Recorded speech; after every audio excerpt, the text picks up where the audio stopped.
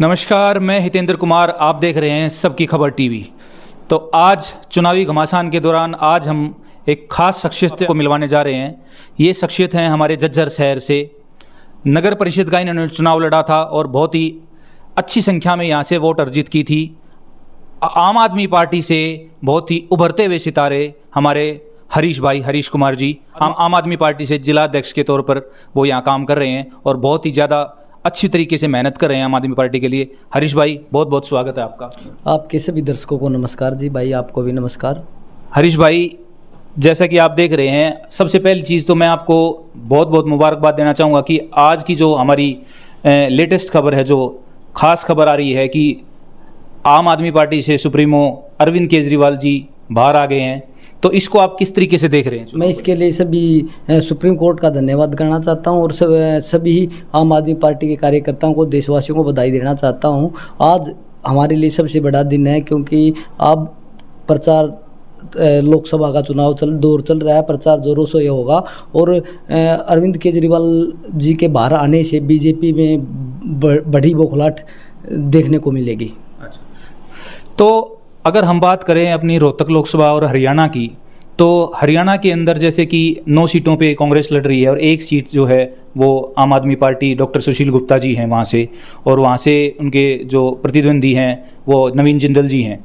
तो उस सीट को लेकर मैं अगर थोड़ा सा जानना चाहूँ, आपके विचार हैं कि वहाँ से क्या सिचुएशन लग रही है, क्या स्थिति लग रही है, आप थोड़ा सा बताइए। वहाँ हम गांव में गए हैं, गांव में घूमे हैं, डोर टू डोर प्रचार भी किया है, वोटिंग के लिए लोगों से अपील भी की है। तो वहाँ के लोगों में एक बीजेपी के प्रति अलग ही रोष है क्योंकि बीजेपी ने जो पिछले 10 सालों से किसानों पर अत्याचार किए हैं, हमारी बहन बेटियों के साथ जो अत्याचार किए हैं, आम आदमी के पर जो अत्याचार किए हैं, जवान पर, किसान पर, वो किसी से छिपे नहीं है, सबके सामने है। वहाँ के जो सांसद थे पहले वोट लेकर लोगों के बीच में भी नहीं गए, नहीं धन्यवादी कोई दौरा किया। ये तो पूरे हरियाणा की ही शिकायत है कि जैसे ही जनता ने इनको सियासत पे बिठाया, देश की सबसे बड़ी पंचायत में भेजने का काम किया, तो इन्होंने वहाँ से लौट के जनता का हालचाल पूछने ये लोगों के बीच में नहीं गए। वही हाल आपका रोहतक का है, वही पूरे हरियाणा का यही हाल है कि जो भी बीजेपी का सांसद था वो लोगों के बीच में नहीं पहुँच पाया, नहीं लोगों की आवाज़ उठा पाया, नहीं लोगों के लिए काम कर पाया।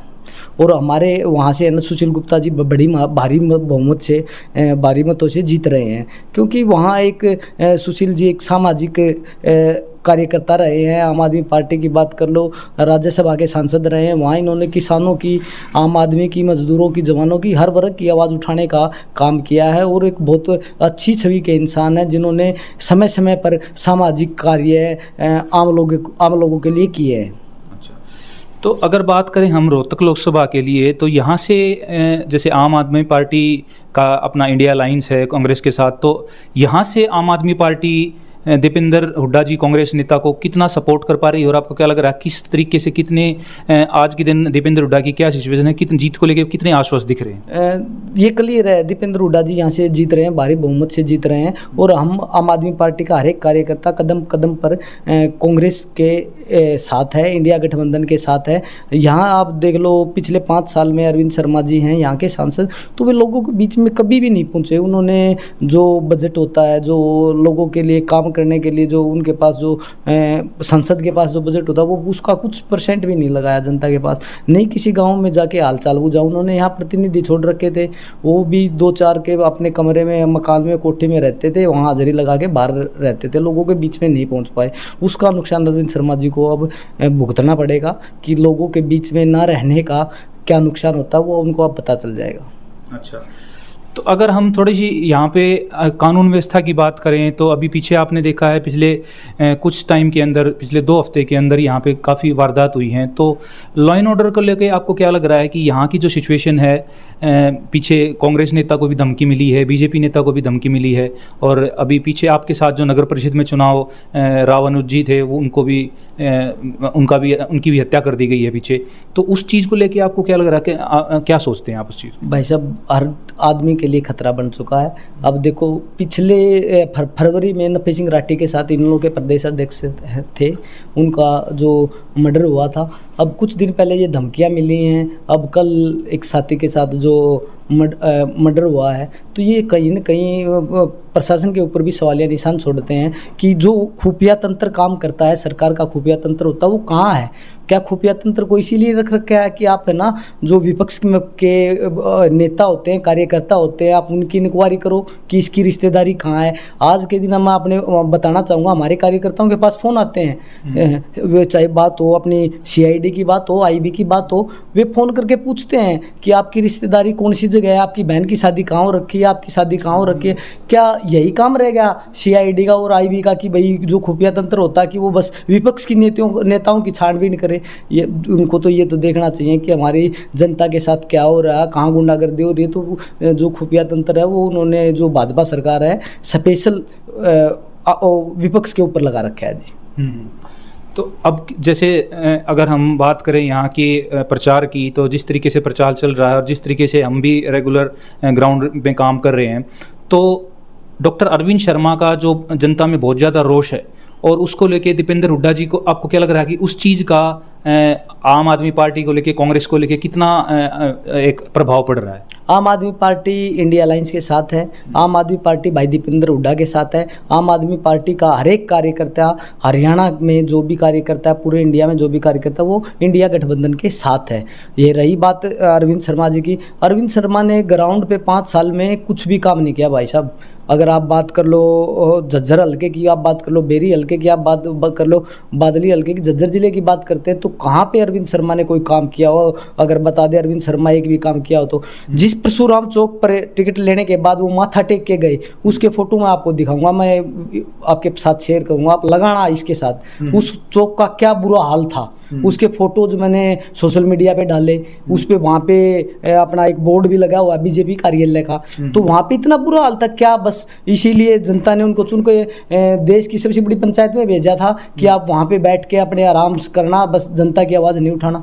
अगर अरविंद शर्मा ने किसी की भी आवाज़ उठाई हो, तो महिलाओं की आवाज़ उठाई हो, तो हमारी जो बादली हल्के की बहन थी, जो संदीप सिंह जी के साथ वो हुआ था, उसमें अरविंद शर्मा ने क्या पक्ष रखा? क्या हमारी बहन की आवाज़ उठाई? क्या उसने संसद में इस मुद्दे को उठाया? क्या उन्होंने विधानसभा में खट्टर जी के सामने, किसी के सामने, मोदी जी के सामने उस चीज़ को रखा? वो तो रोष है, लोग नाराज़ हैं, क्योंकि जब तक आप लोगों के काम नहीं करोगे, लोगों को हितैषी नहीं बनोगे, लोगों को हित के लिए खड़े नहीं होगे, तो लोग आपसे तो अपने आप ही दूरी बना लेंगे। वो इस चुनाव में अरविंद शर्मा जी को पता चल जाएगा कि लोग जो सिर पे बिठाना जानते हैं, तो वो नीचे गिरना भी जानते हैं। तो अभी हम लगातार आपका भी सोशल मीडिया चैनल देखते रहते हैं, फॉलो करते हैं, तो पीछे कुछ टाइम से आप जैसे कुछ नेताओं पे आरोप लगा रहे हो कि भाई वो घूसखोरी का आरोप लगा रहे हैं, पैसा लेने देने का आरोप लगा रहे हैं, वो क्या मामला, थोड़ा सा उस बारे में बताएं। भाई साहब, वो घूसखोरी का आरोप नहीं, मैं तो ये कह रहा हूँ, वो एक प्रतिनिधि के ऊपर बात थी कि जो भी नेता बनने के बाद अपने प्रतिनिधि छोड़ते हैं, वो यहाँ से लोगों से काम करवाते हैं कि मैं फलाने का MP का प्रतिनिधि हूँ, मैं फलाने मंत्री का प्रतिनिधि हूँ, कि मैं ये काम कर दो, ये काम कर दो। लोग ये देख के कर देते हैं कि काम भाई प्रतिनिधि है तो कोई नहीं, पैसा आ जाएगा, तो वे लोगों से काम करवाते हैं और फिर उनके पैसे नहीं देते। चाहे वो बात आप परचून की दुकान की लगा लो, चाहे बात होल्डिंग फ्लैक्स की लगा लो, अपना काम है फ्लैक्स होल्डिंग का लगाने का, लेबर का। 2019 के चुनाव में हुआ था, अब 19 के चुनाव में हुआ तो राय सिंह जी थे जो अपने धनखड़ साहब के PA हैं। अच्छा, उस टाइम पे PA थे धनखड़ जी के, धनखड़ जी मंत्री थे। तो इन्होंने जो अपना खट्टर जी की यात्रा निकली, तो इन्होंने फ्लैक्स लगाए थे। अच्छा, फ्लैक्स लगवाए थे मेरे से, मैंने लगवा दिए थे। तो उस टाइम के 55,000 रुपये थे। तो मैंने इनसे मांगे कि भैया आपने फ्लैक्स लगवाए थे, आप पैसे दो। इन्होंने धनखड़ साहब से लिए या ना लिए, इस बात का मेरे को नहीं पता। मैं ये धनखड़ साहब के लिए नहीं कह रहा कि वहाँ से पैसे आए, पर वो फ्लैक्स थे धनखड़ साहब के, उसमें फोटो था मनोहर लाल खट्टर जी का और धनखड़ साहब जी का, बादली हल्के में लगे थे। तो उसकी पेमेंट नहीं आई। मैंने उनसे मांगा भाई पैसे दो, तो देता हूँ 2-3 महीने काट दिए। 2-3 महीने के बाद बोला मैं तेरे से बात नहीं हुई, मैं नहीं दूंगा तेरा पैसे, मेरे होल्डिंग लगे नहीं। भाई उसी टाइम पे आपके होल्डिंग लगा रहा था, फोटो आपके पास आ रहे थे, बताया भी था, और अट ए टाइम मैंने मना भी कर दिया था, मतलब पहले पैसे दे दो तब लगाऊंगा, पर उन्होंने रिक्वेस्ट करी तो मैंने लगवा दिए। तो वे पैसे नहीं आए। पैसे नहीं आने के बाद मैंने वो सोशल मीडिया पे डाल दिया 6 महीने बाद कि भैया ऐसे ऐसे प्रतिनिधियों से बच के रहना, कभी और जनता को चोट ना पहुंचा दे, कभी नौकरी के नाम पे कहीं भाई काम करवा के लालच दिखा के कैसे। तो उसके टाइम उनका फोन आया मेरे पास कि मैं आप प्रमाण हानि का केस घेरूंगा, ये पोस्ट डिलीट कर दो। भाई किस चीज पे मानहानि का गिरोगे? बताना चाहोगे आप किनका फोन आया? राय सिंह जी का। अच्छा। मतलब जी मानहानि का क्यों गिरोगे? बोला SC/ST का लगवा दूंगा तेरे ऊपर। यार SC/ST का आप किस आधार पे लगवा दोगे? काम करवाया आपने, उसके पैसे ही तो मांग रहा हूं मैं। उसके पैसे मांगने के लिए आप मेरे पे SC/ST का लगा दोगे? तो यही कारण है कि ये प्रतिनिधि बनते हैं ना, प्रतिनिधि बन के जो अपने आप को नेता दिखाने की कोशिश करते हैं, वो जनता को कहीं ना कहीं ठगते हैं। और बड़े बड़े नेताओं को ठाण में बिठाने का काम ये प्रतिनिधि करते हैं। जी। जो उनके पीछे से जो खड़े होते हैं ना, ये प्रतिनिधि बन के। तो मैं तो यही कहूँगा, चाहे कोई भी नेता हो, इन प्रतिनिधियों से आप प्रतिनिधियों के भरोसे चुनाव लड़ोगे क्या? प्रतिनिधियों के भरोसे चुनाव लड़ोगे तो जनता उसको आपको आईना दिखाने का काम करेगी। जी, धन्यवाद। तो हरीश भाई, एक चीज़ और मैं पूछना चाहूँगा, जैसे अब की बार हरियाणा में 10 सीटें हैं। शुरुआती दौर में जब चुनाव शुरू हुआ तो शुरुआत में ऐसा प्रतीत हो रहा था कि कांग्रेस सरकार जो है वो रोहतक लोकसभा की सीट को लेके एक सीट पे सिमट जाएगी। बट आज के दिन जो हम सर्वे कर रहे हैं और हमें पता लग रहा है, हम देख रहे हैं जनता के रुझान जो देख रहे हैं, उससे 7-8 सीटों तक पहुंच गई है कांग्रेस। तो एक सीट आम आदमी पार्टी की है, वो अलग से है। तो क्या बीजेपी पार्टी 1 या 2 सीटों पे सिमट कर रह जाएगी? भाई साहब, बीजेपी पार्टी का सुपड़ा साफ है, क्योंकि बीजेपी पार्टी है ना आरक्षण को खत्म करना चाहती है, बीजेपी पार्टी संविधान को खत्म करना चाहती है, बीजेपी पार्टी वोट के अधिकार को खत्म करना चाहती है। मैं तो पूरी जनता से अपील करता हूं कि वोट गिरना, अपनी वोट बचाने के लिए वोट गिरना, बीजेपी को हराने के लिए वोट गिरना आपकी बार। क्योंकि बीजेपी नहीं चाहती कि आरक्षण रहे। वही बीजेपी पार्टी है जो आज हरियाणा में ओबीसी का खेल रही है। 1989 में जो ओबीसी को तो आरक्षण मिला, उसके विरुद्ध में खड़ी थी बीजेपी पार्टी। आज वो ओबीसी के साथ चुनाव में कार्ड खेल रही है कि ओबीसी के साथ है हम। ओबीसी वालों को मैं सावधान रहने के लिए अपील करूंगा कि आप सावधान रहना। आपको ये लालच दे के, आपको ये करके आपके साथ बहुत बड़ा छल कपट करने जा रही है भाजपा सरकार। आरक्षण को खत्म कर देगी, आपके वोट को, अधिकार को खत्म कर देगी, आपके ऊपर है ना तानाशाही रवैया अपनाने वाली है बीजेपी सरकार। अगर गलती से 2024 में बीजेपी आ जाती है तो ये इस बात में कोई दो राय नहीं है, आरक्षण खत्म हो जाएगा, संविधान खत्म हो जाएगा। बाबा साहिब का जो सपना था ना, उसको बिल्कुल खत्म करना चाहती है बीजेपी सरकार। हरीश भाई, मैं जानना चाहूँगा कि आपके मत से आपकी क्या राय है कि अब की बार हरियाणा में 10 में से कितनी सीटें कांग्रेस और आप मिलकर ले रहे हैं? भाई 10 की 10 सीटें इंडिया गठबंधन की सीट आने वाली हैं। अच्छा। अब नेताजी आ गए हैं, हमारे नेताजी भी यहाँ पे 2-4 दिन में हरियाणा में आएंगे, प्रोग्राम होगा, तो वहाँ से बहुत बड़ा फर्क पड़ेगा। इंडिया गठबंधन के हर उम्मीदवार को पूरे हरियाणा में फर्क पड़ेगा। और आम आदमी पार्टी का हर एक कार्यकर्ता इंडियन गठबंधन के हर कदम पर कांग्रेस पार्टी के साथ खड़ा है।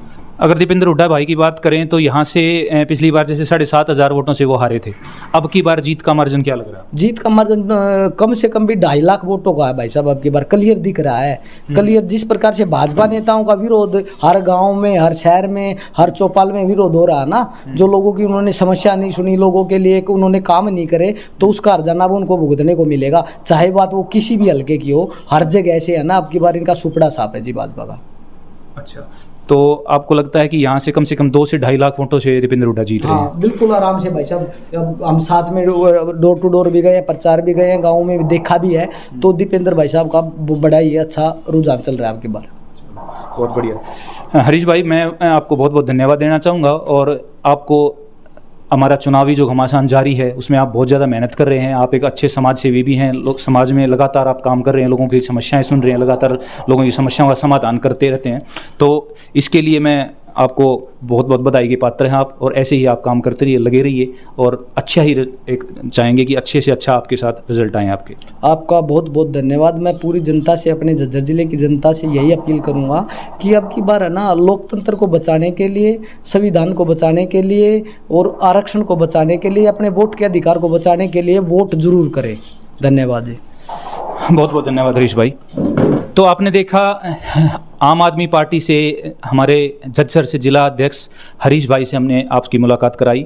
अभी जैसा कि आपको ने पता है कि अरविंद केजरीवाल जी भी अब आ गए हैं कारावास से बाहर, तो इसका बहुत ही पुख्ता तौर पर लग रहा है कि कांग्रेस और आम आदमी पार्टी के इंडिया अलायंस पे इसका सुचारू रूप से इसका प्रभाव पड़ेगा। और आपको लगातार हम अपडेट देते रहेंगे और बताते रहेंगे कि चुनावी घमासान में आगे क्या। तो जुड़े रहिए हमारे चैनल के साथ। वीडियो को लाइक कीजिए अगर आपको अच्छा लगा।